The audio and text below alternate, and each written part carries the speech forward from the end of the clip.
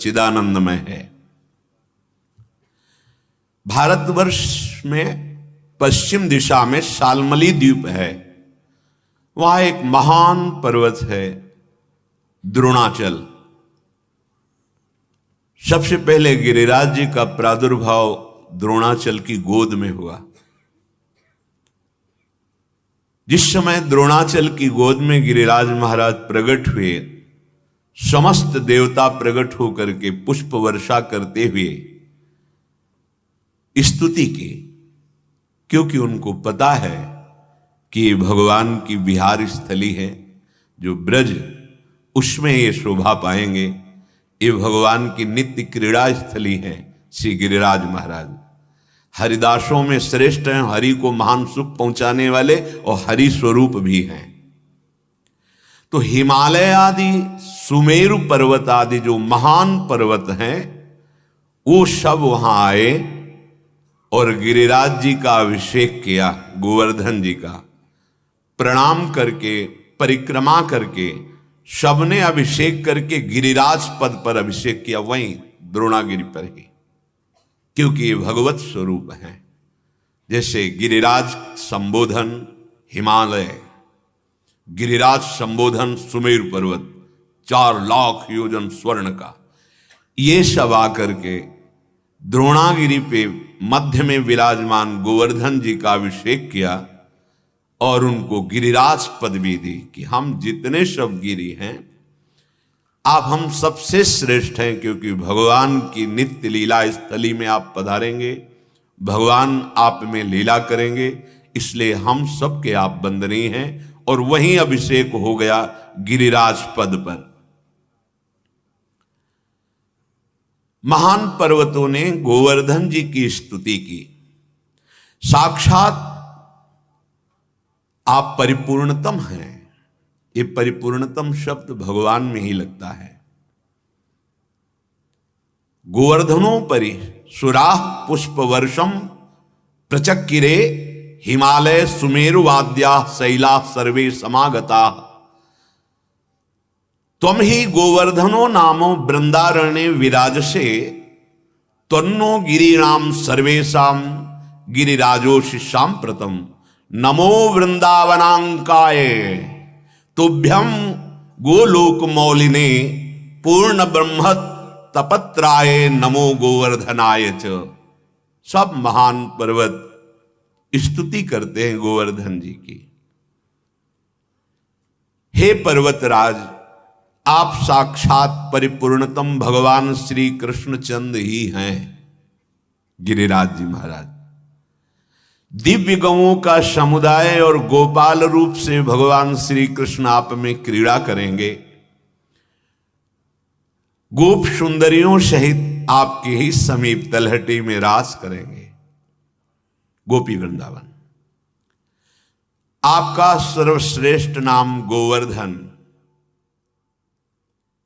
आप वृंदावन की गोद में विराजे हैं। गोष्ठ वृंदावन, गोपी वृंदावन, नवनिवृत्ति निकुंज वृंदावन। हे समस्त भूमंडल के पवित्र तीर्थ, पवित्र गिरी, इनके मुकुटमणि गोवर्धन जी, हम सब आपको बार बार प्रणाम करते हैं, क्योंकि स्वयं भगवान श्री कृष्ण आपको अपने कर कमल पर धारण करेंगे। स्वयं भगवान श्री कृष्ण ब्रजवासियों के साथ आपकी पूजा करेंगे। ये सब दिव्य हैं। जैसे हिमाचल, तो सर्वबुद्धि अधिष्ठात्री माता अंबा पार्वती जी, इन्हीं की पुत्री हुई हिमाचल पुत्री। ये सब दिव्य तनुधारी हैं। देखने में पहाड़ दिखाई देते हैं, गिरी दिखाई देते हैं, पर ये सब दिव्य वपुधारी हैं। हे गोवर्धन, हम जितने भी विश्व के पर्वत हैं सब आपको नमस्कार करते हैं। जब इस प्रकार गोवर्धन जी की स्तुति और गिरिराज पद पर अभिषेक हुआ, सब गिरिराज जी से अनुमति लेकर के अपने अपने स्थान को पधारे। गोवर्धन गिरिराज जी को अपनी गोद में देखकर द्रोणाचल बहुत प्रसन्न और गर्वित हुए। यहो भाग्य, हमें गिरिराज जी ने शनाख्त कर दिया। कुछ समय पश्चात मुनि श्रेष्ठ पुलस्त जी तीर्थ यात्रा के लिए भूतल पर भ्रमण कर रहे थे। जब उन्होंने द्रोणाचल की गोद में विराजमान गिरिराज गोवर्धन को देखा, जिसमें गौर श्याम शोभा प्रकाशित हो रही थी। आप गौर से देखना गिरिराज जी की शिला में थोड़ा हिस्सा गौर वर्ण और थोड़ा हिस्सा श्याम वर्ण, मानो प्रिया प्रीतम का मिलित रूप गिरिराज जी प्रकाशित कर रहे हैं। गोवर्धन जी को देखते ही आसक्त हो गए पुलस्त ऋषि। बहुत ही सुंदर माधवी मालती आदि लताएं लिपटी हुई, वृक्ष फूलों के भार से लदे हुए, बड़े सुंदर झरने, बहुत सुंदर सुंदर कुंड, सब गिरिराज जी में ही विराजमान थे। गिरिराज महाराज को देखते ही इतना लुभायमान हुए, इतनी अपार प्रीति उत्पन्न हुई कि अब लगा कि नहीं, गिरिराज जी को तो हम अपने साथ ले जाएंगे। इनकी कंदराओं में बैठकर भजन करने से जो सुख मिलेगा, जिनके दर्शन से इतनी शांति और आसक्ति प्रकट हो रही है, अगर इनकी कंदराओं में बैठकर हम भजन करेंगे तो परमानंद की बाढ़ आ जाएगी। सैकड़ों शिखरों से सुशोभित रत्नमय, परम मनोहर, मंगलमय गिरिराज जी को देख करके इन्हीं पर तपस्या करने का निश्चय करके इनको ले जाने का संकल्प बनाया। विविध धातुएं, विविध रंग की लताएं, विविध फूलों से फूली हुई, ऐसे अद्भुत झरने, ऐसे अद्भुत कुंड, ऐसी भूमि जो चढ़ाव उतार से युक्त, नाना प्रकार के पक्षी कोलाहल कर रहे हैं, मृग बंदर और भी पशु पक्षी गोवर्धन में विचरते हुए देखे महाराज पुलस्त जी ने। मयूरों की तो पूछो मत, केकी ध्वनि से गूंज रहा था गोवर्धन, नृत्य कर रहे थे मयूर। और गिरिराज जी को देखते ही मोक्ष पाने की इच्छा और मोक्ष पदवी दोनों प्राप्त हो जाती है। अर्थात मुमुक्षुता, संसार से वैराग्य, जीवन मुक्त अवस्था, ये दोनों प्रदान कर देते हैं गिरिराज महाराज। मुनिवर पुलस्त के मन में दृढ़ निश्चय हो गया कि अब इनको द्रोणाचल पर नहीं रहने देंगे, इनको अपने साथ ले जाएंगे। द्रोणाचल के समीप गए, पूजन किया, सत्कार किया। द्रोणागिरी ने भी पुलस्त जी का, ये दिव्य तनुधारी है। पुलस्त जी ने कहा, द्रोण तुम बहुत भाग्यशाली हो, क्योंकि तुम्हारी गोद में गिरिराज गोवर्धन विराजमान है।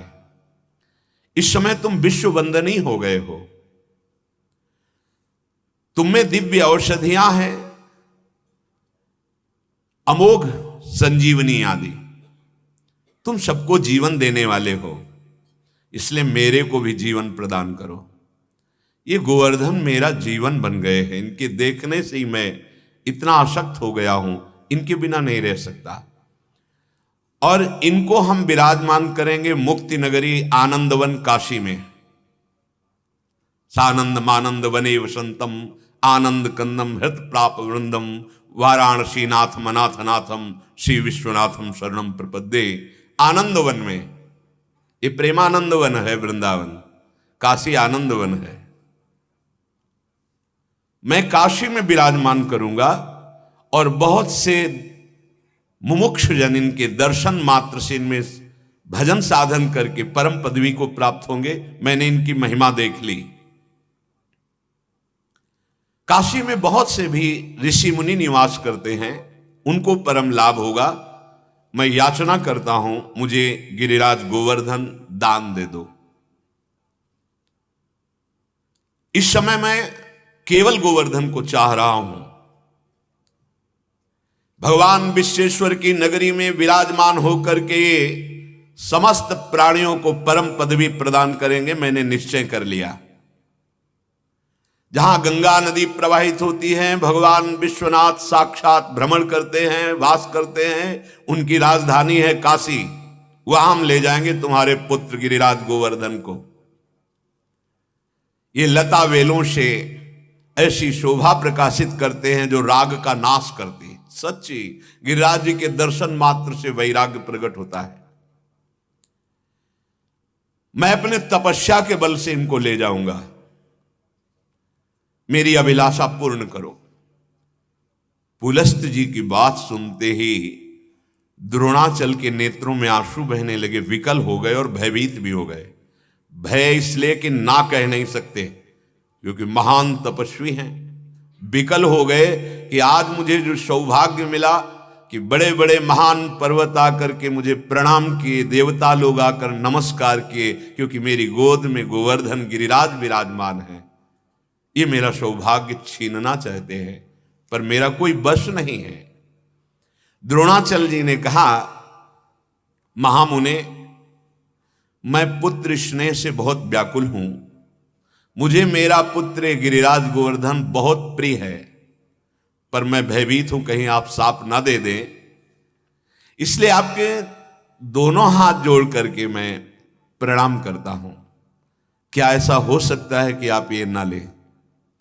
पुलस्त जी ने कहा, इस समय मेरे एक ही संकल्प बन रहा है, मुझे गिरिराज गोवर्धन चाहिए।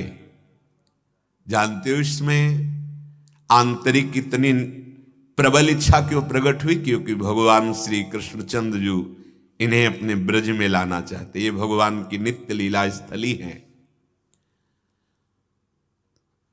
बड़े पुत्र शोक से व्याकुल होकर द्रोणाचल जी ने कहा, बेटा गिरिराज, तुम मुनि के साथ कल्याण में, परम पावन भारतवर्ष में बड़े बड़े मुनियों के द्वारा उनके सत्कर्मों की पूर्ति के लिए धर्म, अर्थ, काम, मोक्ष इसको प्रदान करने के लिए गिरिराज जी में चारों सामर्थ्य हैं।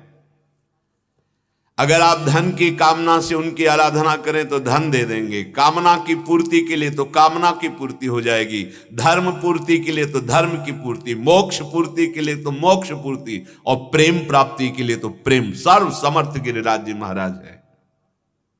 जो निष्काम पूर्वक गिरिराज जी का सेवन करता है उसे प्रेम प्राप्त हो जाता है। गोवर्धन जी ने कहा, मुनि आपको पता है मैं कितना विशाल हूं? मेरा शरीर 8 योजन लंबा, 2 योजन ऊंचा, 5 योजन चौड़ा है। गिरिराज जी का 8 योजन मतलब 1 योजन का मतलब 4 कोस होता है, तो 8 योजन का मतलब 8 चौको 32 कोस। सांप के कारण क्षीण होकर अब 21 किलोमीटर किए रह गए हैं। इन्हीं ने श्राप दिया था पुलस्त जी ने। मेरा शरीर 8 योजन लंबा, 2 योजन ऊंचा, 8 कोस की ऊंचाई थी गिरिराज महाराज की, 5 योजन चौड़ा, 5 चौको 20 कोस चौड़े गिरिराज जी। आप में सामर्थ्य है कि मुझे ले चलेंगे? पुलस्त जी ने कहा, बेटा तुम क्या हो, आवश्यकता पड़े तो सुमेर को भी उठा लूं। यह है तप बल, भजन बल। एक महात्मा समुद्र पी गए, अगस्त्य जी, ये तो पुलस्त जी है। ऐसे चुल्लू बांधा, कुआं का जल ले, सरोवर का ले, अगाध अथाह समुद्र को पी गए। ये महात्मा का बल, ये भजन से होता है। तप, भजन, पवित्र संकल्प, सब कुछ समर्थ होता है। इसीलिए हम अपनी सामर्थ्य को खो बैठे, क्योंकि धर्म विरुद्ध विषयों का सेवन, मनमानी आचरण, शास्त्र विरुद्ध कर्म, हम अपनी अध्यात्म शक्ति को खो बैठे। नहीं, जो आत्म तत्व अगस्त्य जी में है, जो पुलस्त जी में है, वही आप में है। अब इस तिजोरी को खोलकर कौन कितना धन खोज पाता है, बस बात इतनी है। नहीं, स्वरूप में अंतर नहीं है, स्वरूप सबका वही है। कहा मेरी हथेली पर तुम ऐसे सुखपूर्वक बैठकर चलोगे मानो कोई वजन ही नहीं, तुम चिंता मत करो। जब तक काशी नहीं पहुंच जाऊंगा प्रण करता हूं तुम्हें कहीं नहीं रखूंगा। ये अपने बल का वर्णन किया पुलस्त जी ने। गोवर्धन जी ने कहा पक्का पक्का, मेरी भी प्रतिज्ञा सुन लो। आपने कह दिया कि काशी तक आपको गोद में लेके चलूंगा, बीच में कहीं नहीं रखूंगा। और अगर आपने रख दिया तो फिर आपका तप और संकल्प काम नहीं करेगा, आप हमें उठा नहीं पाएंगे। जहां आप रख देंगे वहां से फिर आप उठा नहीं सकते। पुलस्त जी ने कहा पूरे सालमली द्वीप को उठा करके भारत देश में पहुंचा सकता हूं, तुम गोवर्धन चिंता मत करो। रास्ते में कहीं भी नहीं रखूंगा, कोई विश्राम नहीं करूंगा, हमारी आपकी बात पक्की, मैं कहीं नहीं रखूंगा। और गिरिराज जी ने कहा जहां रख दिया वहां से कभी नहीं उठूंगा, बात पक्की हो गई। तदनंतर महान पर्वत द्रोणाचल जी ने गले से लगाया गिरिराज जी को। गिरिराज जी ने नमस्कार की मुद्रा में खड़े हो गए अपने पिता को प्रणाम करके, और पुलस्त जी ने सहज में ऐसे गिरिराज जी को गोद में ले लिया। द्रोणाचल के आंखों से प्रेमाश्रु बह रहे थे कि गिरिराज जी अभी हमें सौभाग्य प्रदान कर रहे थे, अब ऋषि ले जा रहे हैं। दाहिने हाथ पर रखकर पुलस्त मुनि अपने तेज बल से बहुत आराम मुद्रा में सहज में चलते चलते ब्रज 84 कोष के अंदर प्रवेश किया। गोवर्धन गिरिराज जी ने सोचा मेरा तो घर आ गया, और ये महात्मा बड़े तपस्वी हैं, बड़े तेजस्वी हैं, अब मुझे अपने घर में रुकना है, मुझे जाना नहीं, क्योंकि मैं समझ रहा हूं मेरे प्रभु श्री कृष्णचंद्र अपने ग्वाल बाल सखाओं के साथ मेरे में खेलेंगे, मेरे ही समीप दान लीला मान लीला आदि बड़ी पावन प्रेममयी लीलाएं प्रभु करेंगे, मुझे अन्यत्र नहीं जाना, ब्रजभूमि से एक कदम बाहर नहीं जाना। इसलिए निषेध किया गया है गिरिराज जी की शिला को कोई भी कभी भूल से भी उठाकर ब्रज से बाहर न ले जाए, नहीं तो भारी अपराध लगता है। प्रायः लोग ऐसी गलती कर देते हैं कि हम अपनी सेवा में विराजमान करने के लिए गिरिराज जी को बाहर नहीं, ब्रज 84 कोष के अंतर्गत ही, बाहर नहीं ले जा सकते आप। अगर ले गए हो तो अपराध मोचन के लिए तत्काल गिरिराज जी में आके पधरा दो और क्षमा मांगो और परिक्रमा करो, प्रणाम करो। आपके लिए मंगलकारी नहीं होगा गिरिराज जी को यहां से ले जाना। इस ब्रजभूमि को मैं कभी नहीं छोड़ूंगा। श्री प्रियाजू और श्री लालजू मेरी तलहटी में खेलेंगे, मेरे ऊपर खेलेंगे, ये सौभाग्य मुझे मिलेगा। मैं उत्तम दर्शन करूंगा दोनों का, राधा कृष्ण का। नहीं नहीं, मैं ब्रजभूमि से अब बाहर नहीं जा सकता। मन ही मन ऐसा दृढ़ निश्चय कर अपना असली भार बढ़ाना शुरू किया गिरिराज जी ने। गिरिराज जी चाहते थे कि हमें उठा लो और ब्रज तक ले चलो, फिर हम दिखाएं तो हम हैं क्या। इतना भार बढ़ा कि एक कदम चलना मुनि के लिए दुर्लभ हो गया। बार बार याद करते हैं कि मेरी प्रतिज्ञा थी कि अगर मैं बीच में रख दिया तो गिरिराज की प्रतिज्ञा थी कि उठा नहीं, मुझे तो काशी तक ले जाना, रखना नहीं। रख दिया तो गिरिराज जी ने कहा था कि उठा। एक कदम चलना भारी पड़ रहा है, और इतनी जोर की लघुशंका का वेग आया कि अब तो रखना ही पड़ेगा। अब गिरिराज जी लिए लघुशंका थोड़ी होगी, दो बातें एक साथ हुई।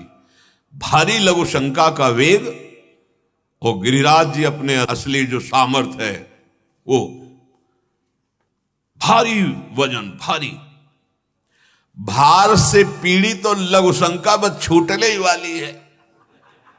अब तो ऋषि हैं, अब ऐसे थोड़ी को कोई ग्रामीण हो कि ऐसे खड़े खड़े लघुशंका, एक लघुशंका की पद्धति है।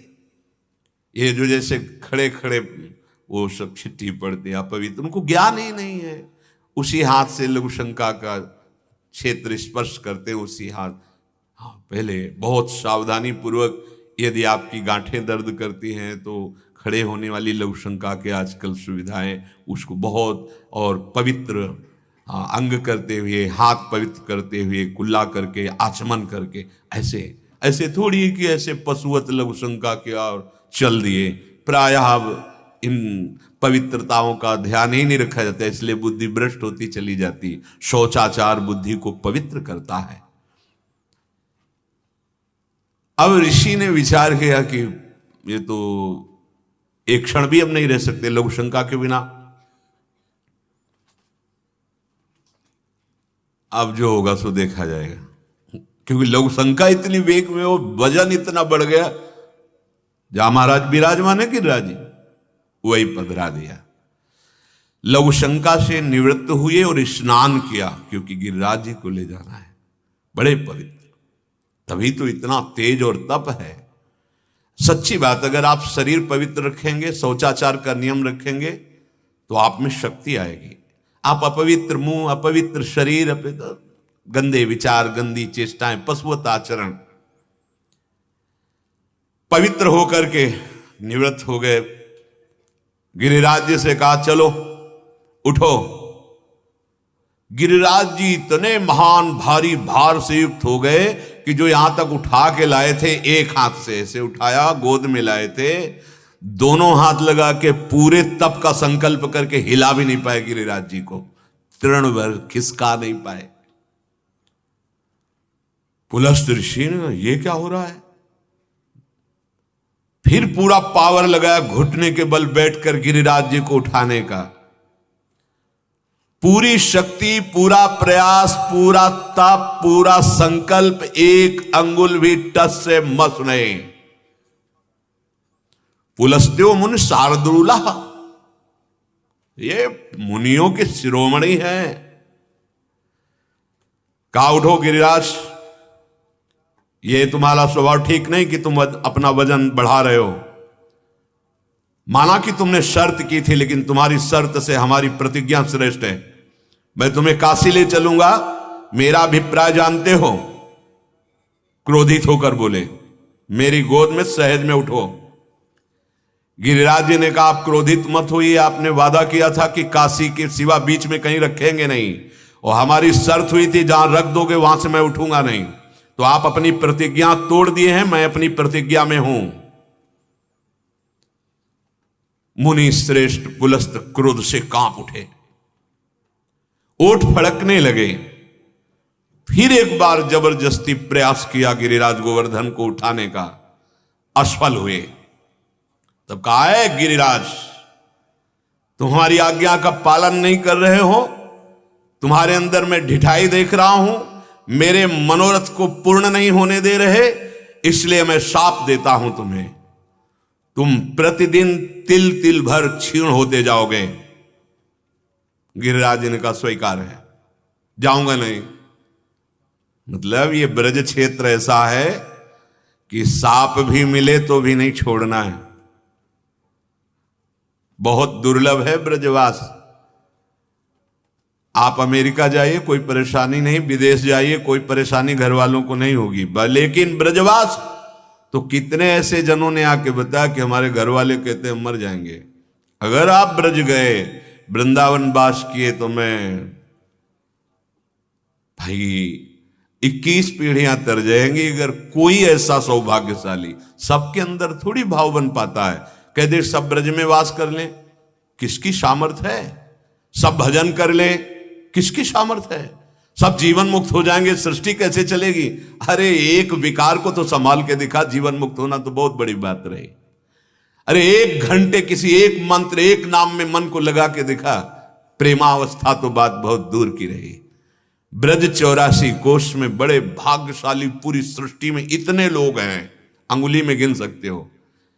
एक हाथ की जितने दीमक है ना, दीमक, अनंत जीव ऐसे भरे पड़े हैं। उनमें से कितने मनुष्य हैं, मनुष्यों में से कितने ऐसे प्रांत हैं जो ब्रजधाम, वृंदावन धाम जीवन में न सुन पाएंगे और न बोल पाएंगे।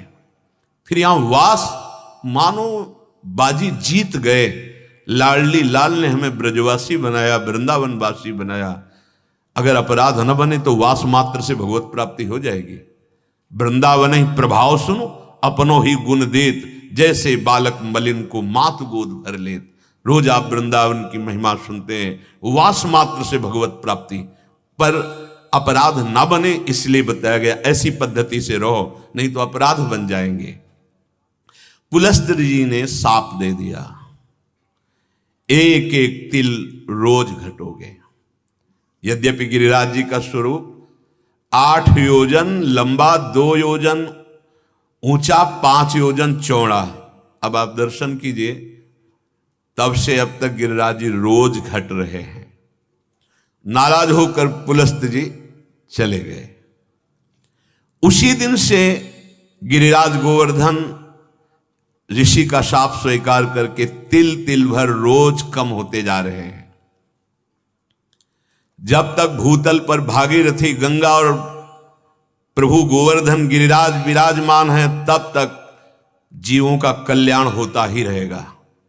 ऐसे महात्मा प्रकट होते रहेंगे, ऐसे भक्त प्रकट होते रहेंगे जो भगवत प्राप्ति करेंगे और दूसरों को भी भगवत प्राप्ति का बल प्रदान करेंगे।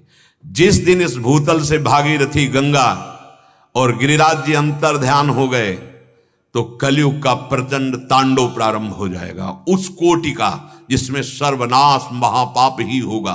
भाव भ्रष्टाचारा सब संसारा, धर्म सुने नहीं काना, कलिकाल बिहाल के मनुजा, नहीं माने को अनुजा तनुजा।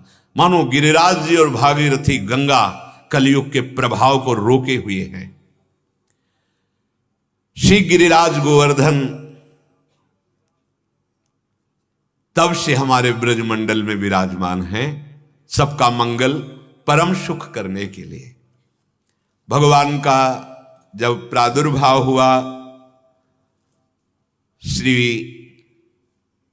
कृष्णचंद्र जो 7 वर्ष के जब हुए, तब तक गिरिराज जी की महिमा ब्रजवासियों के सामने अप्रकट थे। जैसे और भी पर्वत हैं हमारे ब्रजमंडल में, ऐसी ही भावना थी। गिरिराज जी की महिमा प्रकाशित तब तक नहीं हुई थी। एक दिन लालजू महाराज ने देखा कि बहुत सुंदर सुंदर पकवान, मिष्ठान ये सब बन रहे हैं।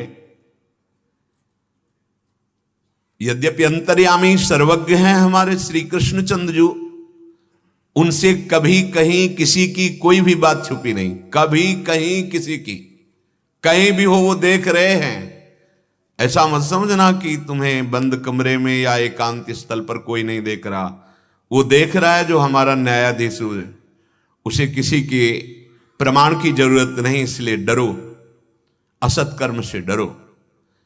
कहीं कोई भी कहीं हो, कुछ भी जो कर रहा है वो श्री कृष्ण देख रहे हैं। आपको छूट दिए हुए हैं, आप अशुभ कर्म करो या शुभ कर्म, परिणाम आपको अवश्य भोगना पड़ेगा। यद्यपि भगवान सब बात जानते थे, फिर भी बाबा के समीप गए, जो बड़े बूढ़े गोपों के बीच में बैठे थे नंदराय जी।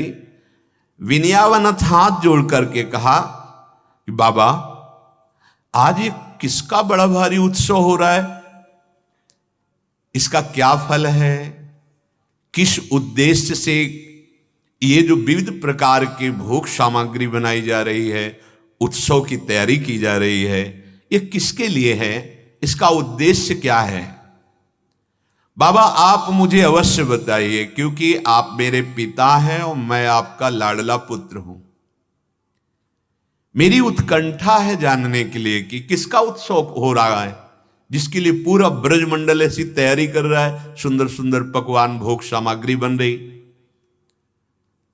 जो संत महापुरुष सब में अपने आत्मा को देखते हैं, उनकी दृष्टि में ना कोई अपना होता है ना कोई पराया होता है।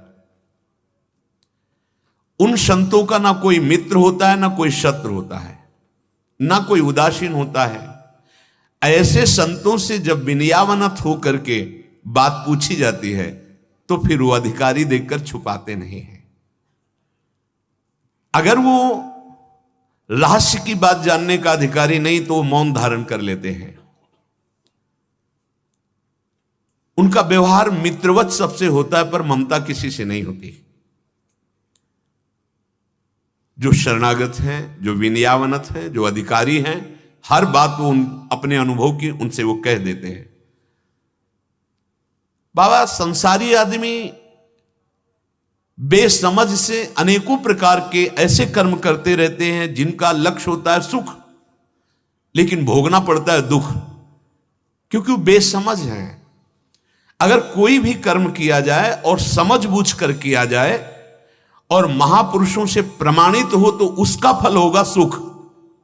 यहां क्या किया जाता है? मनमानी किया जाता है, शास्त्र विरुद्ध किया जा सकता है, अपनी समझ के, तो उसका परिणाम होता है दुख।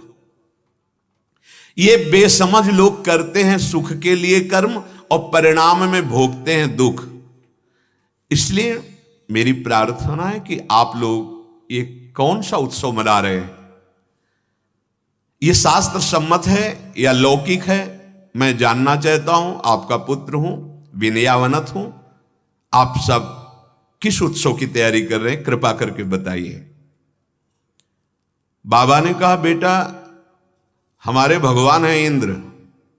पर्जन्यो भगवान इंद्रो मेघास्तस्यात्ममूर्तयः ते विवर्षन्ति भूतानां प्रीणनं जीवनं पथः।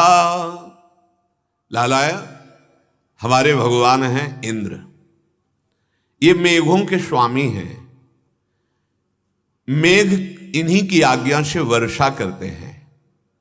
वर्षा से अन्न घास आदि प्रकट होती है। अन्न से हमका मनुष्यों का जीवन और तृण आदि घास आदि हमारे जो गाय आदि हैं इनका जीवन पोषण होता है।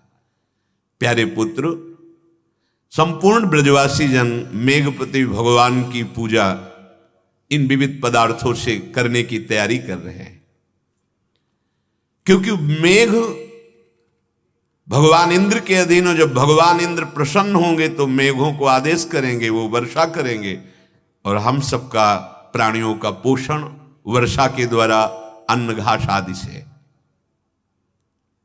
बड़े शक्तिशाली हैं वो भगवान।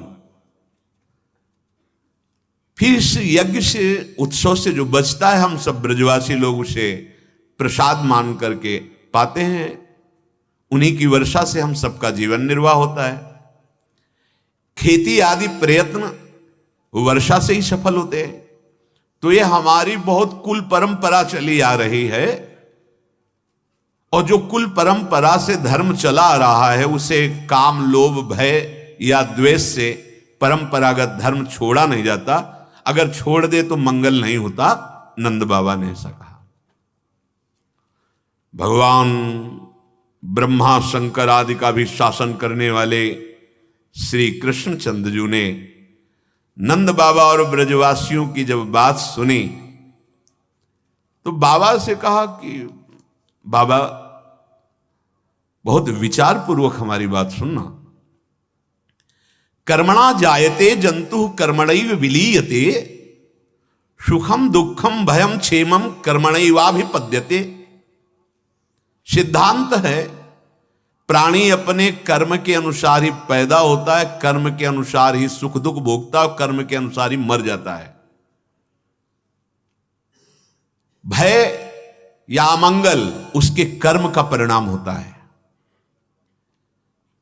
यदि कर्मों को ही सब कुछ ना मानकर उनसे भिन्न किसी को फलदाता समझे तो वो फलदाता भी कर्म के अनुसार ही फल देता है। कर्म ना करने वालों पर उसका कोई प्रभाव नहीं चलता।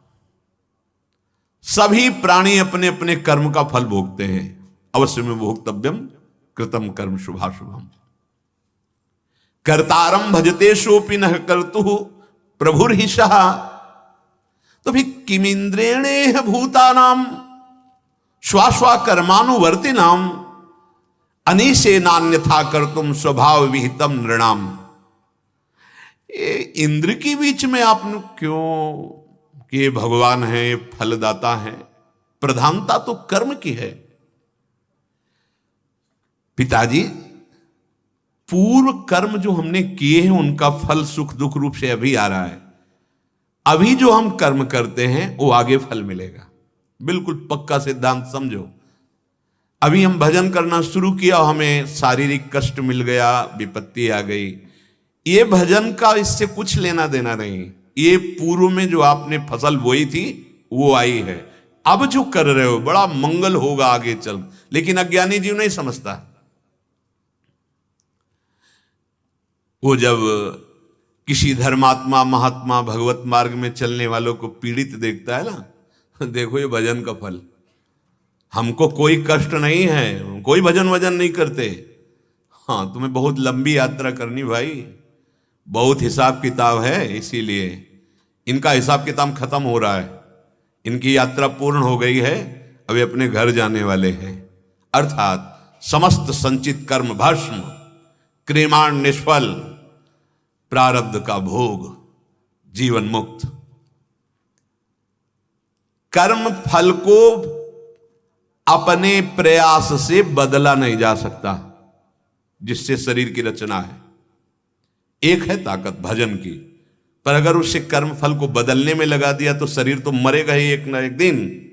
फिर आपको लाभ क्या मिला? भजन। भजन का फल है शरीर राग हट जाए, जो प्रारब्ध दुख सुख आवे गंभीर होकर भोग लो, नया शरीर ही ना मिले, प्रभु के पास चले, जीवन मुक्त हो जाए। तो जो खूब भजन करता है तो ये समझ आ जाती है, तो उस अपने प्रारब्ध को आदर सहित भोग लेता है। उसे मिटाने की सामर्थ्य है भजन में, ऐसा नहीं कि नहीं है।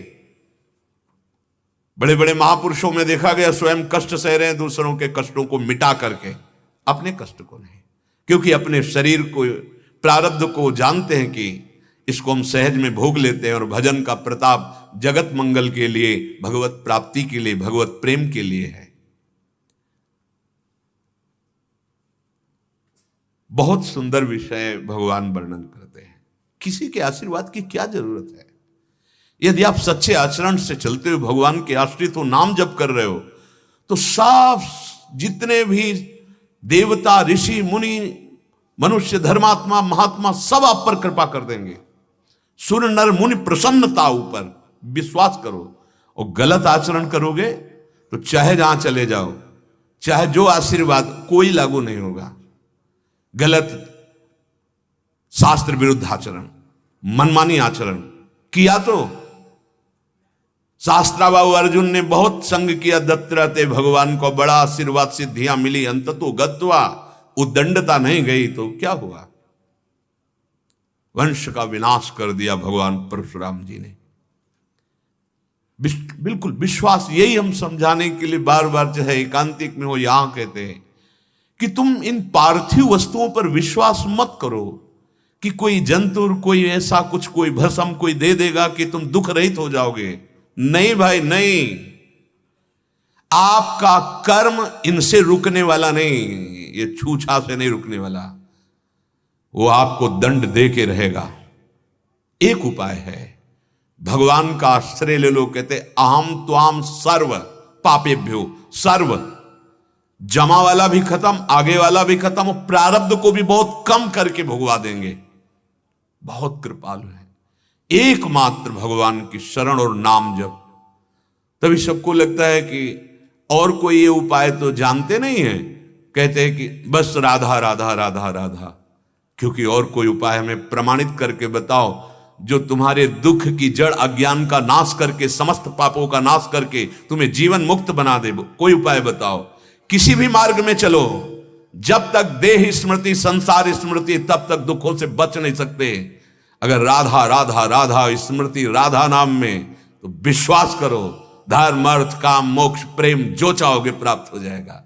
मूल में कुल्हाड़ चलाओ, पत्ते काटने से ये दुख का वृक्ष नष्ट होने वाला नहीं। मनुष्य अपने कर्मों से स्वभाव, स्वभाव से कर्म, यही जन्म मरण का चक्र बन जाता है। ये उसी का अनुसरण करता है, जैसा स्वभाव रचना होती उसी के अनुसार कर्म, कर्म के अनुसार स्वभाव रचना। बार बार वही संस्कार, वही स्वभाव, वही कर्म, उसी पचड़े में फंसा बार बार कीचड़ में खेल रहा है। कोई भी देवता असुर मनुष्य ये सब अपने कर्म परिणाम को भोग रहे हैं। उन्होंने कर्म किया, देवता बन गए, वो कर्म क्षीण होगा फिर आ जाएंगे यहां। तुम मनुष्य बने हो, जो कर्म कर रहे हो वो आपको भोगने पड़ेंगे।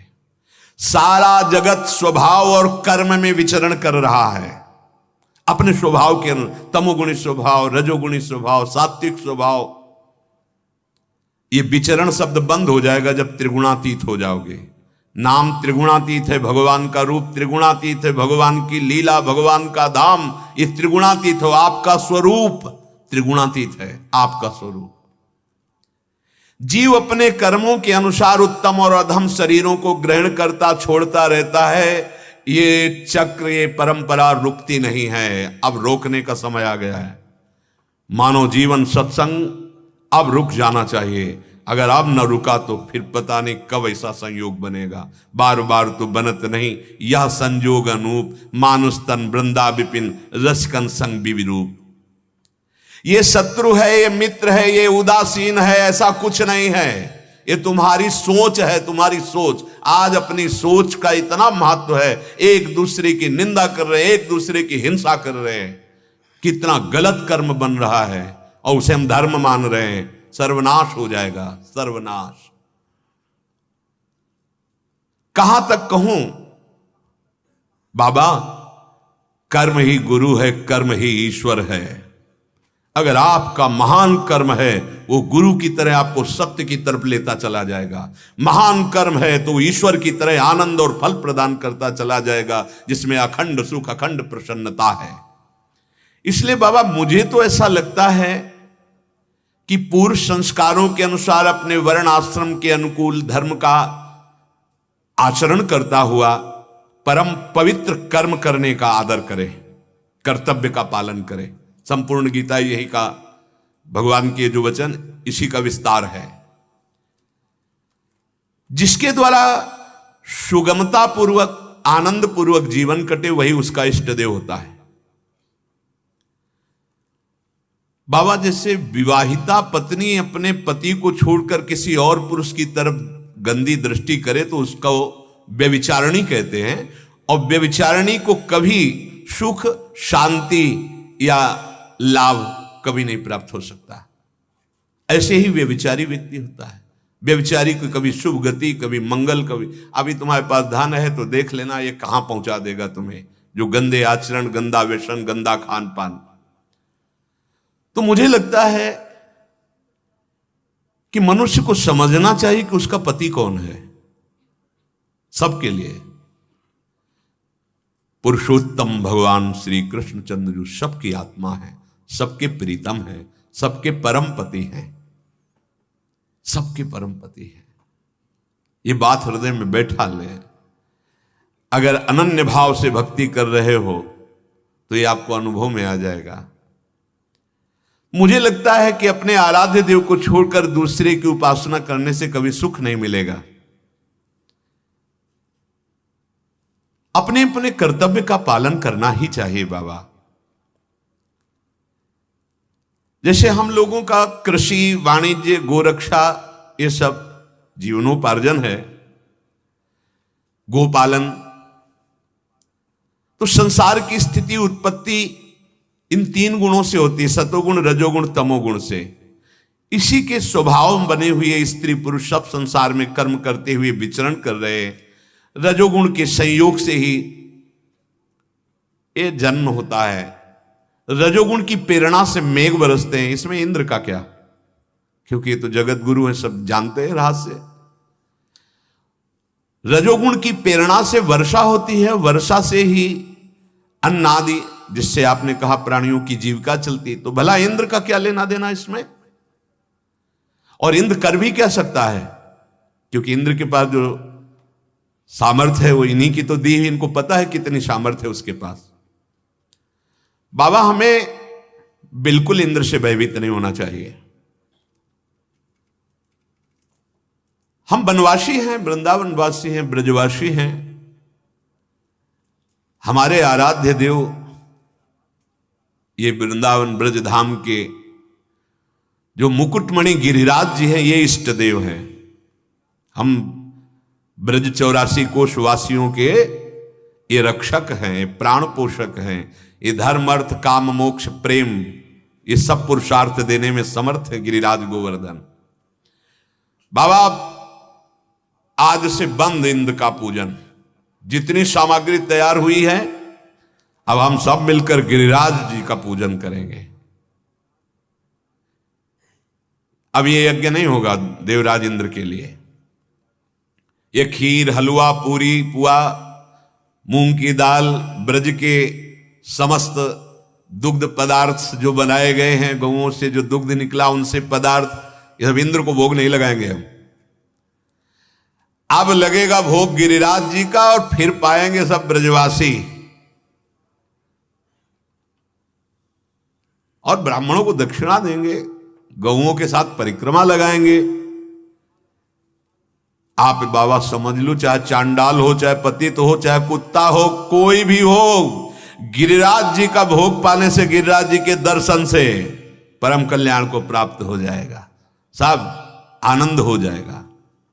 खूब हम लोग प्रसाद पाएंगे चक भोग लगा के गिरिराज जी का, और गहने से कपड़ों से सज धज करके और फिर मंगल गीत गाते हुए गिरिराज जी की प्रदक्षिणा करेंगे।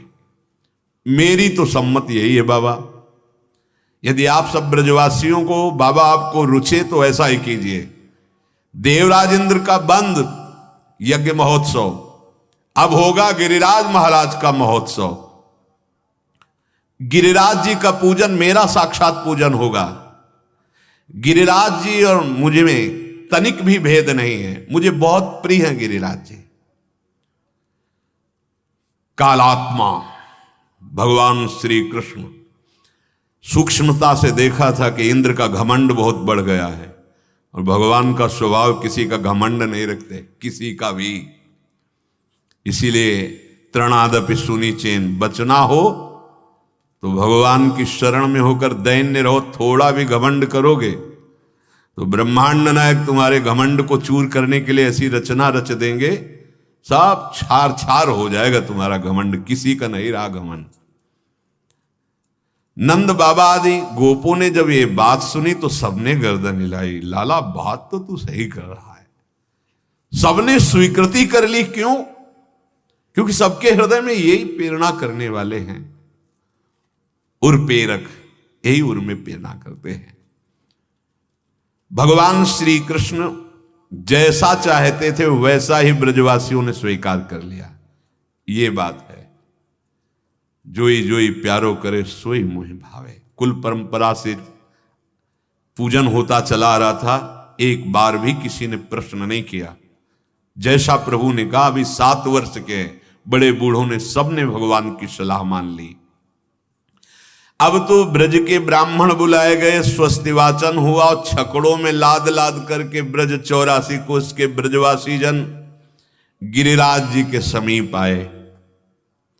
खूब गौओं को स्नान कराकर श्रृंगारित किया गया, हरी हरी घास पवाई गई, और बाबा ने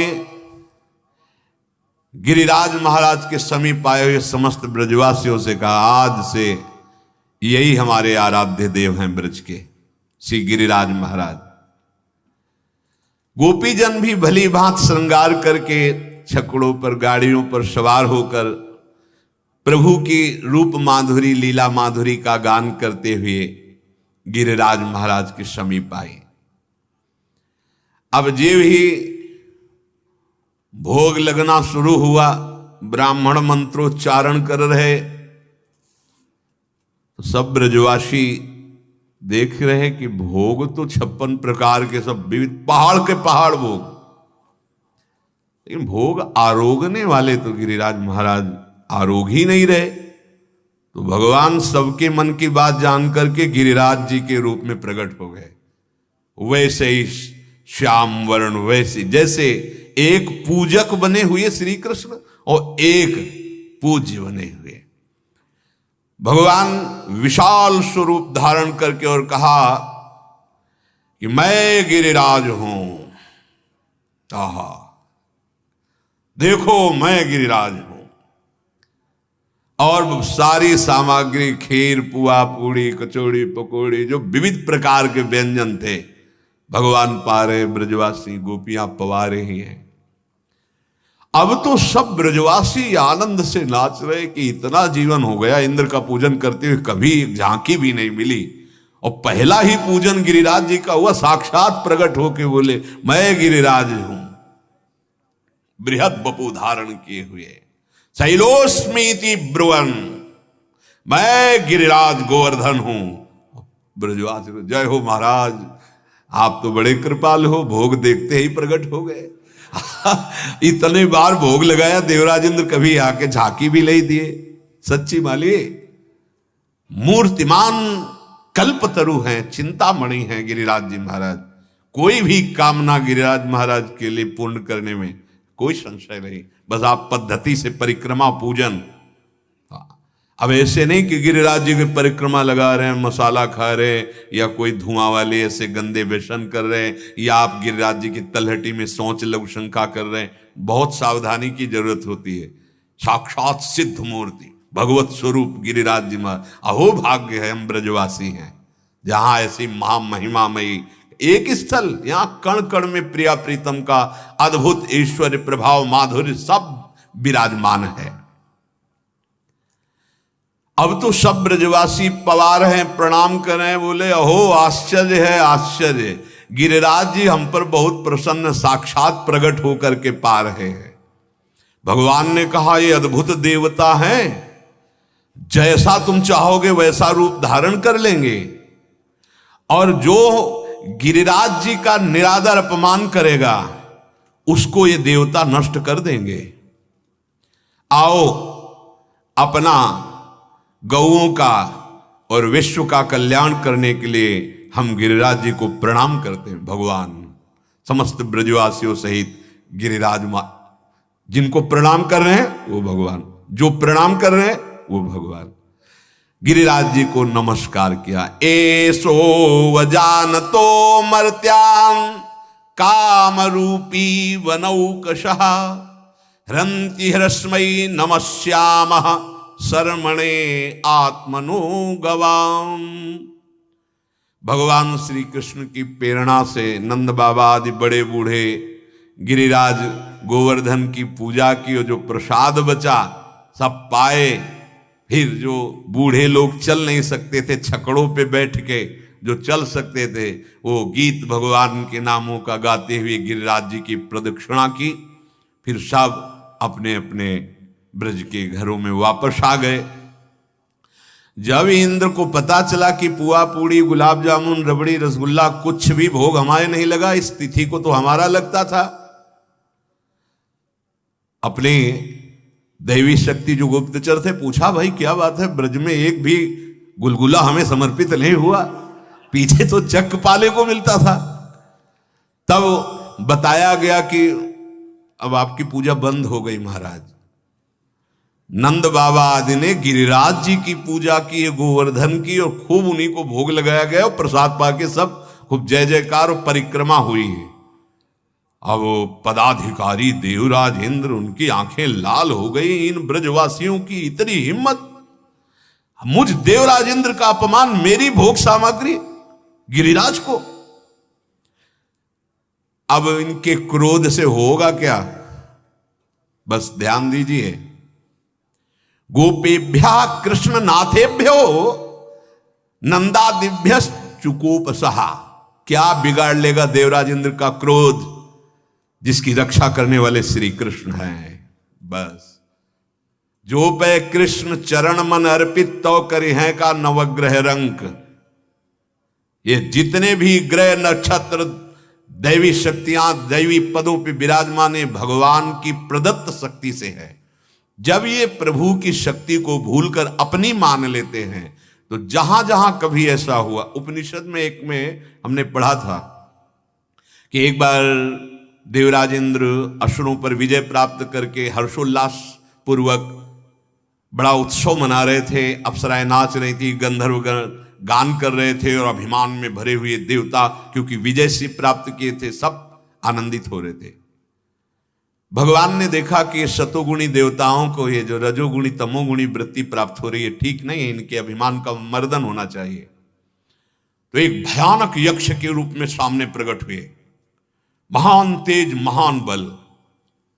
देवराज इंद्र देख के सहम गए और उन्होंने कहा कि कोई है इस सभा में जो पता लगा के हमें बतावे कि ये कौन प्रकट हुआ है। भगवान पहले वायुदेव महाबली हैं, त्रिभुवन में सबसे बड़े महाबली वायुदेव हैं। इन्हीं के अंश से भगवान श्री हनुमान जी महाराज, साक्षात भगवान शंकर ही है ना, इसलिए भगवान ये पवन पुत्र कहा जाता है हनुमान जी को। पुलस्त जी द्रोणागिरि में जो प्रकट हुए गोवर्धन उनको लाए, और हनुमान महाराज जी को संशय हुआ कि इसमें संजीवनी कौन है, और सब संजीवनी जैसी पहचान बताई गई थी वैसे वहां कालनेमी ने कर दिया था माया के द्वारा। सोचा अगर ले गए और सुसेन ने कहा ये औषधि नहीं, तब तो बड़ा गड़बड़ हो जाएगा, और औषधि मैं पहचान नहीं पा रहा, करूं तो क्या, पूरा द्रोणाचल उखाड़ लिया और वहां से सम्रांगण में पहुंचाया। अपार बलशाली, तो वायु देवता सबसे बड़े बलवान देवता है, उन्हीं से सबके प्राणों का पोषण होता है। समीप गए, आप कौन हैं? तो यक्ष ने कहा तुम कौन हो? तो उन्होंने कहा मैं महाबलशाली वायु देवता हूं, अगर मैं अपना प्रचंड रूप धारण कर लूं तो समस्त ब्रह्मांडों को तिनके की तरह उड़ा सकता हूं। 49 स्वरूप इनके।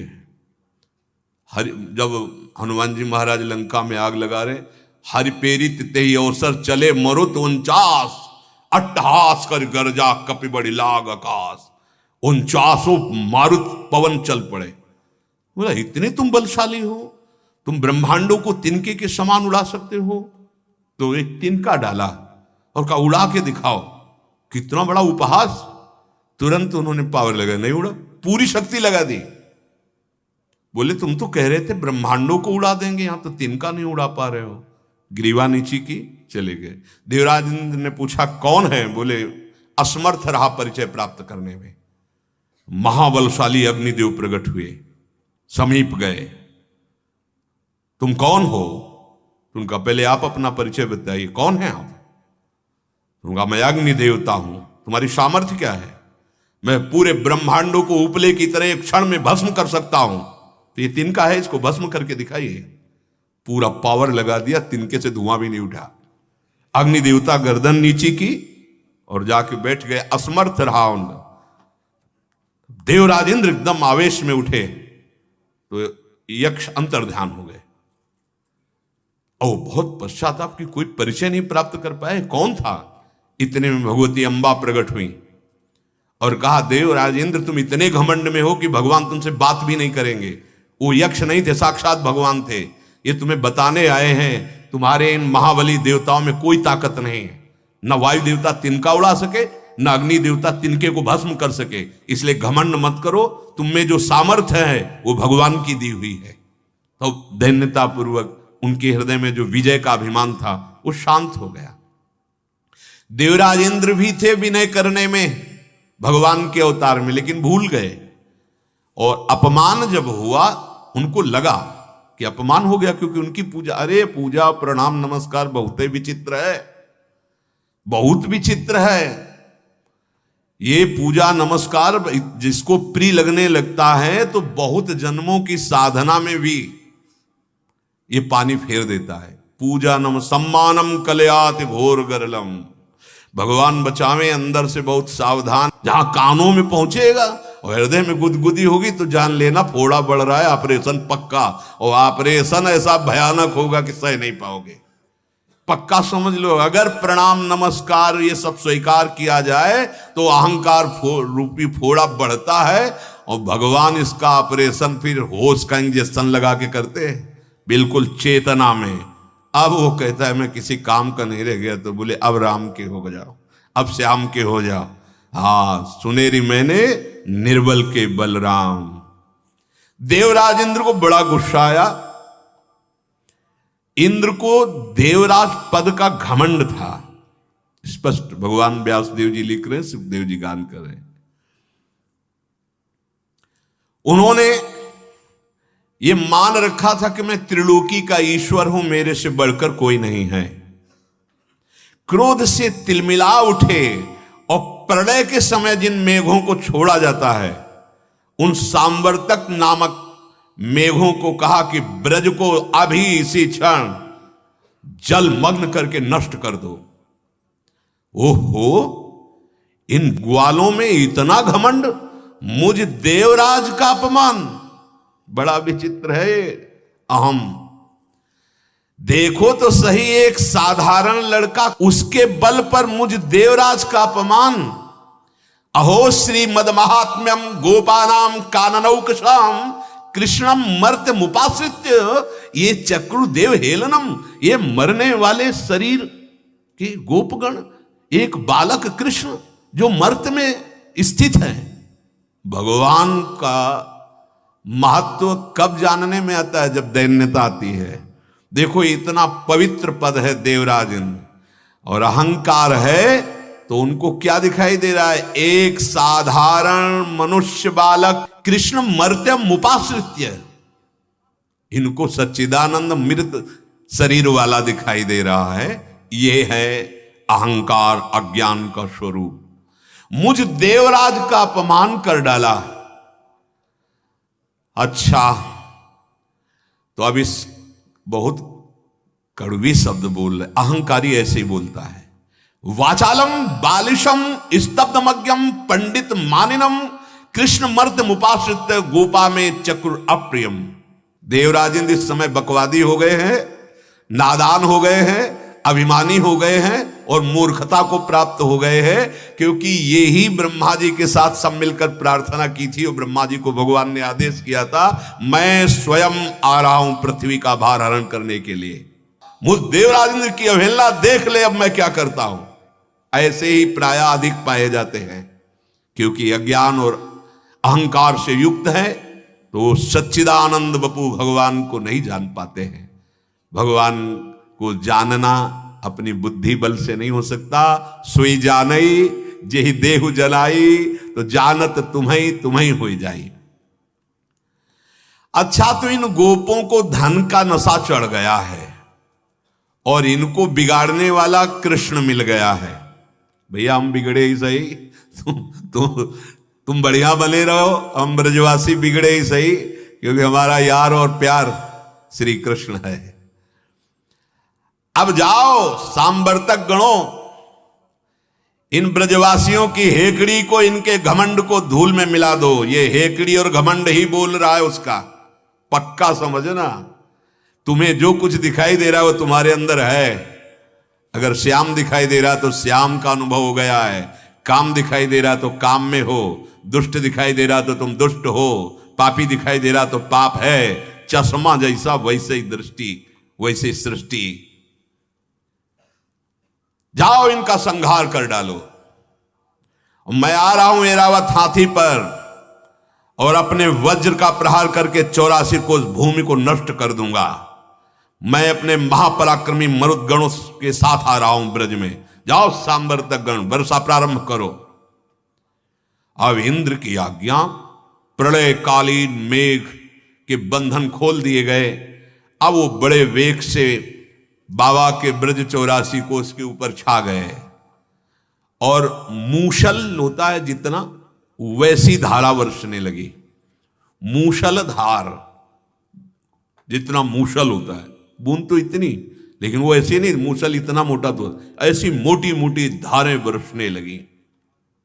हाहाकार मच गया क्षण में, क्योंकि मोटी धार एक जगह थोड़ी, पूरे ब्रज 84 कोस में ऐसी बिजली कड़के की भयावह, बादल टकरा टकरा कर प्रचंड आंधी, प्रचंड वर्षा, प्रलयंकारी मेघ, दल के दल बादल आते हैं और ढेर सारी वर्षा करते हैं। कोई कोना नहीं बचा जहां हाहाकार न मच गया हो ब्रज में। झंझावात, बिजली की कड़क, भारी वर्षा, सब पशु पक्षी ग्वाल बाल सब कांपने लगे, व्याकुल हो गए। सबने कहा, श्री कृष्ण तुम्ही ने कहा था कि गिरिराज महाराज का पूजन करो, देवराज इंद्र का बंद करो। देखो देवराज इंद्र, कितना प्रलयंकारी वर्षा। छोटे छोटे बच्चों को लोग अपनी छाती के नीचे छुपाए हुए हैं, कांप रहे हैं। भगवान श्री कृष्ण के समीप जाकर कहा कि श्री कृष्ण अब तुम ही बचा सकते हो, तुम्ही ने रुकवाया था, बोलो।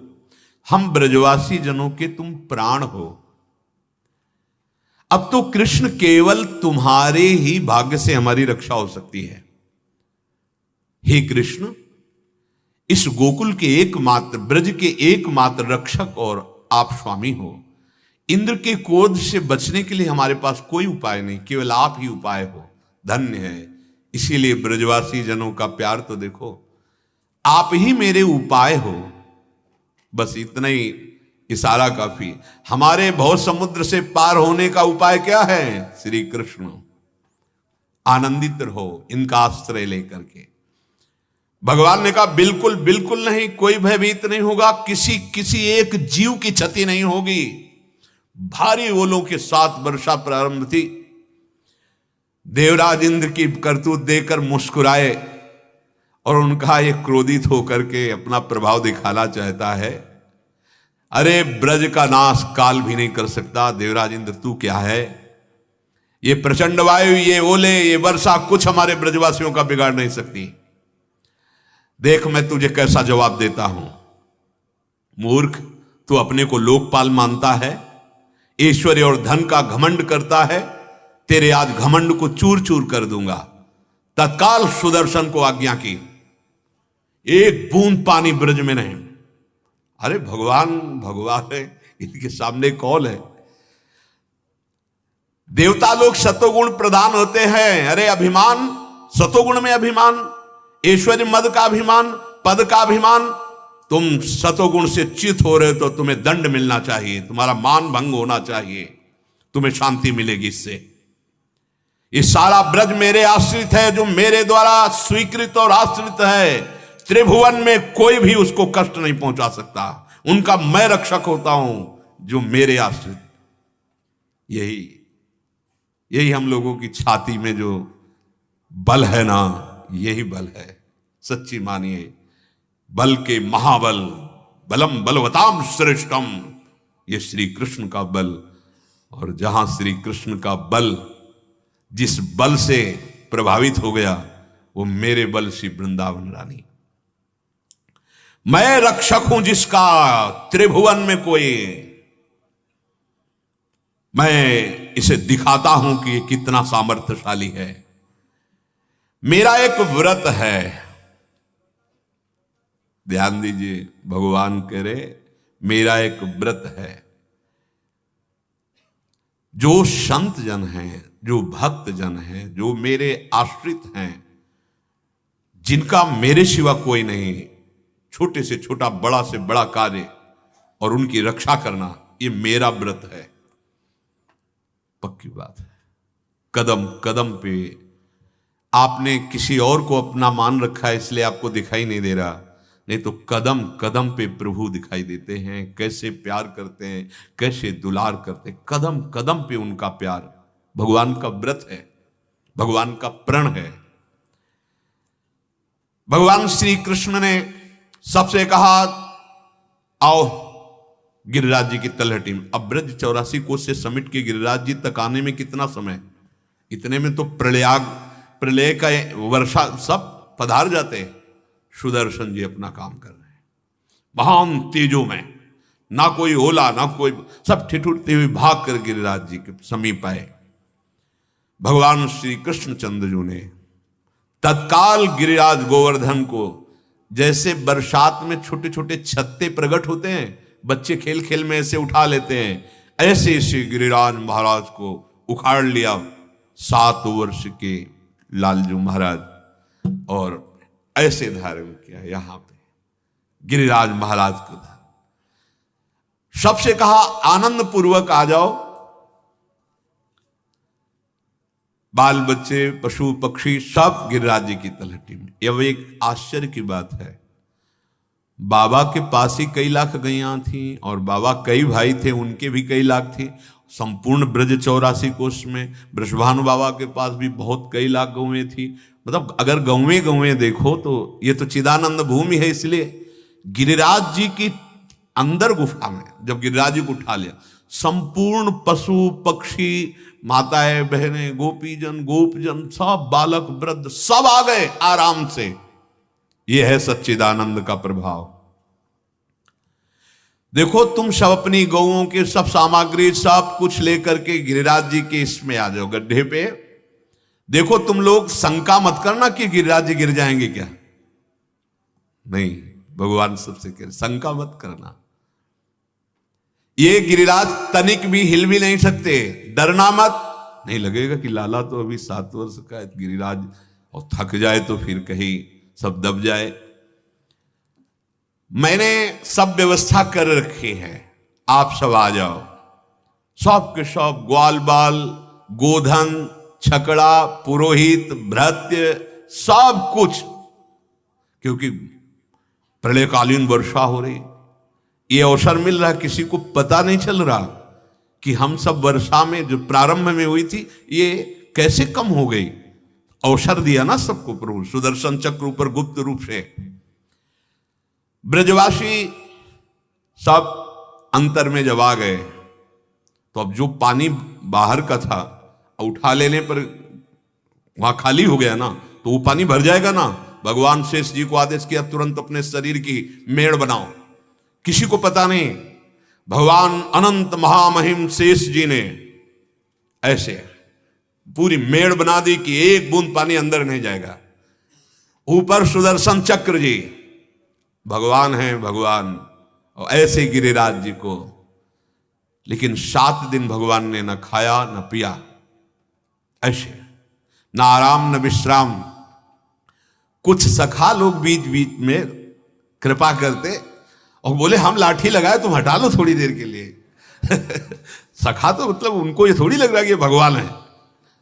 कन्हैया तुम निश्चिंत हो, तुम हटाओ, हम अपनी लाठी लगाए। लाठी लगा के गोप थोड़ा भगवान, अरे बोले कन्हैया, बोले हाँ। सखाओं को लग रहा था कि मतलब अब थक गया है हमारा मित्र, तो थोड़ा हम सब 7 दिन 7 रात गिरिराज जी को उठाए हुए, ऊपर सुदर्शन चक्र, नीचे भगवान शेष मेड़ बनाए हुए और सच्चिदानंद भगवान गिरिराज जी को धारण किए हुए। ना एक डग इधर उधर हिले, ना मुख पर कोई थकावट। अब इंद्र आश्चर्यचकित हो गया। 7 दिन प्रलयंकारी मेघ की वर्षा, ओले, बिजली की कड़कड़ाहट, कुछ नहीं। दैवी शक्तियों ने सूचना दी, एक भी पशु नहीं मरा, एक भी पक्षी नहीं मरा, सब गिरिराज जी में सुरक्षित। आश्चर्यचकित हो गया इंद्र, अपने मेघों से कहा रुक जाओ भाई, 7 दिन में कुछ नहीं कर पाए, अब क्या कर पाओगे, चल। जो प्रलयंकारी मेघ हैं, भगवान श्री कृष्ण जी ने जब देखा कि बिजली की कड़कड़ाहट, ओला बरसना, जल बरसना ये बंद हुआ, तो सबसे कहा अब आप लोग निर्भय होकर निकले, दोबारा ये वर्षा नहीं कराएगा। ऐसी मेघ वर्षा जो प्रलयंकारी वो नहीं कराएगा। आप विश्वास करो, निडर हो जाओ, कोई भय नहीं। सब धीरे धीरे बाहर निकले तो मेघ हटने के बाद सूर्य प्रकाशित हुए, आंधी पानी सब बंद। और ब्रज में जो बाहरी वर्षा से नदियां उफान तत्काल शांत, ये सब क्या हो रहा है, भगवान का प्रभाव। जैसे एक बार गौएं और ब्रजवासी मुंजाटवी में आग लग गई और फंस गए, पुकारा कृष्ण, कहा आप आंख बंद करो, पूरी आग पी गए। और सबने आंख खोल के देखा तो बंसी बट में विराजमान, कर तुम अकर तुम अन्यथा कर तुम, सर्व समर्थ प्रीतम है। विश्वास, ये लीलाएं भगवान की हमें बल प्रदान करती हैं। मेरे श्री कृष्ण कितने महान हैं, जितना भी बल ऐश्वर्य सब इन्हीं से प्रकट हुआ है। प्रभु की आज्ञा पाकर गोधन, स्त्री, बच्चे, बूढ़े सब अपने अपने छकड़े लाद कर बाहर निकले। सर्वशक्तिमान भगवान श्री कृष्ण ने खेल खेल में गिरिराज जी को जब सब निकल गए तो विराजमान किया। अब तो ब्रजवासी सखा, बड़े बूढ़े, गोपी सब दौड़ दौड़ कर श्री कृष्ण को, कोई ऐसे हाथ फेर रहा, कोई हृदय से लगा रहा है, कोई प्रेम दृष्टि से देख रहा है। भगवान श्री कृष्ण को कोई, जैसे बड़ी बूढ़ी गोपियां हैं, माथा सूंघती है, माथे पे चुंबन करती है, बड़ा सत्कार, बड़ा स्नेह, कोई दही चावल से तिलक करती है। ये गिरिराज महाराज 7 दिन जो धारण किए, तो प्रभु का चिंतन कहां था उस समय? हरिवंश महाप्रभु कहते हैं, तेरो ये ध्यान राधिका प्यारी, गोवर्धन धर लालही। हित सजनी जी 7 दिन 7 रात्रि अखंड राधा ध्यान में डूबे हुए गिरिराज जी को, रासलीला में भी ठाकुर जी कहते तुम सब ये समझते होगे कि मैंने गिरिराज उठाया, नहीं, राधा बल से गिरिराज उठाया, ऐसा वर्णन महाप्रभु कह रहे। आपके ही ध्यान में गिरिराज गोवर्धन धारी, प्यारी जू तेरो ही ध्यान राधिका प्यारी, गोवर्धन धर लालही। रात दिन जपत हरि विवस तव नाम, प्रतिपद विमल मन सितो ध्यान ते, निमिष नहीं टरिबो। जिह्वा से राधा राधा राधा और ध्यान श्री राधा प्यारी का, तो लालजू को कब 7 रात्रि 7 दिन व्यतीत हो गया पता नहीं चला। जब देवराज इंद्र ने देखा कि अब तो फिर आए कामधेनु भी एरावत में विराजमान होकर आए, भगवान के चरणों में प्रणाम किया, अभिषेक किया। भगवान को तब से गोविंद नाम से, गौओं के इंद्र गोविंद नाम से पुकारा गया। तो ये जो हमारे ब्रज में विराजमान गिरिराज जी हैं, ये अपने को कल्याण और मोक्ष की, बस अपराध मत कीजिए, बस सच्ची मानिए, पड़े रहिए। और देश के बसत ही अधिक भजन जो होए, ये सम तो पूजत नहीं, वृंदावन रहे सोए। रहे सोए के 2 भाव हैं। एक है केवल वृंदावन आप वास कर रहे हो, ज्यादा खास भजन साधन नहीं बन रहा, पर अपराध नहीं हो रहा, आपको वो वस्तु मिलेगी जो बाहर का बड़ा भजनानंदी प्राप्त करना दुर्लभ है। दूसरी बात है, पड़ा रहता है वृंदावन में, ब्याज भरोसे कुंवर के सुवर पाव बसा, ज्यादा तरह से ही है। व्यास भरोसे कुंवर के, बस भरोसा कुंवर का रहे, बस ध्यान रखना। ये ब्रज 84 कोस में कहीं भी कोई वास कर रहा हो, निश्चित परम पद का अधिकारी। सच्ची मानिए, बहुत अपार महिमा ब्रजरज की, बड़ी अपार में। पूज्य राधा बाबा जी ने अपनी वाणी में वर्णन किया कि ये जो ब्रजरज है, ये समस्त शास्त्र और महापुरुषों के अनुभूत वचनों के अनुसार मैं कह रहा हूं, बाबा के वचन। अगर ब्रजरज का शरीर पर स्पर्श हो तो समस्त पापों का शमन करके, नाश करके श्री प्रिया प्रीतम के चरणारविंद में प्रीति प्रदान करती है। और कोई कहीं भी हो, उसका अंतिम समय हो, यदि उसके मुख में ब्रजकर्ण, ब्रजरज का कर्ण या शरीर पर स्पर्श हो जाए तो निश्चित भगवान को प्राप्त होता है। ब्रजरज की बड़ी महिमा है। और महाप्रभु हरिवंश चंद्र जी ने तो कहा, यो ब्रह्म रुद्र शुक नारद भीष्म मुख्य ही रालक्षितो न सहसा पुरुषस्य तस्य सद्यो वशीकरण चूर्ण मनंत शक्तिम अनंत शक्तिम तम राधिका चरण रेणु मनुष्य मरामी। अहो भाग्य, धन्य भाग्य अब हमारे हो गए, हमको ब्रजरज सेवन करने का सौभाग्य मिला, हमको ब्रजवास का सौभाग्य मिला, वृंदावनवास का सौभाग्य मिला। जो ब्रज से बाहर हैं, वृंदावन से बाहर हैं, वो निराश ना हो। आश्रय और वास का एक ही फल होता है। आप आश्रित होइए, यहां से रज ले जाइए, चरणामृत ले जाइए, रज का शरीर में लेप कीजिए और खूब नाम जप कीजिए, और जो अपना कर्तव्य है उसे कीजिए। आश्रय रखिए ब्रजधाम ब्रजवास की भावना और वृंदावन धाम का आश्रय वास की भावना, तो आपका शरीर कहीं भी छूटेगा, आप दिव्य वृंदावन दिव्य ब्रज को प्राप्त हो जाएंगे। शेष चर्चा आगे। श्री राधा वल्लभ लाल।